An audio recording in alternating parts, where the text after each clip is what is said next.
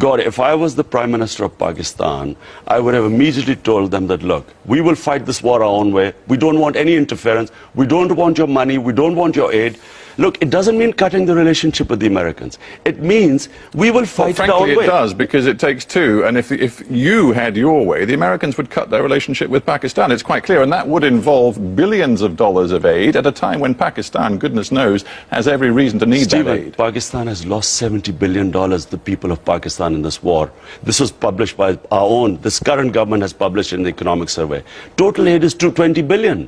This aid is destroying us. Look, I would tell the Americans that what do they want from Pakistan? There should be no terrorism from our soil. That's all they should want.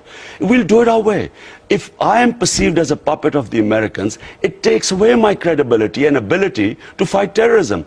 Because of me, there will be more people picking up guns. Look, puppets create terrorists. They create radicals. If it was a sovereign government, we would deal it with our own way. But the Americans, surely, would they not want a Pakistan government which would ensure no terrorism from our soil? Would they not want that? I'm a Pakistani citizen, but my country has given 35,000 people dead in a war we had nothing to do with. $70 billion lost to the economy when total aid has been $20 billion.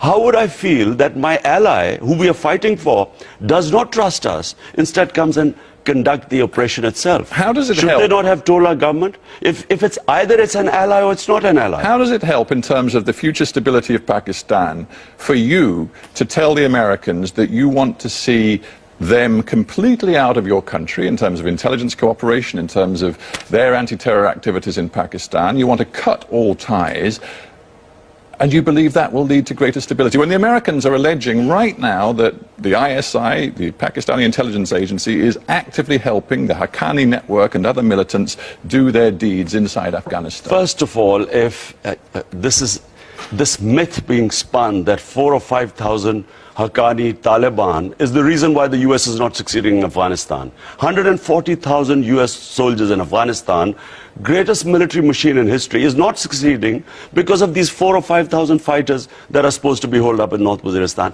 Does that make sense? That's number one. But I just come back to that. Does America not have a right, in terms of self-defense, to pursue these people if the Pakistani government will not pursue them? But are we Pakistanis not allowed to criticize American policy? Are slaves allowed to just say, does the United States have a right of self-defense if these people are not going to be rounded up and detained by the Pakistani government? Does the US not have a right to do it? But does the Pakistani government also have not any semblance of sovereignty in our country, that maybe they are fighting the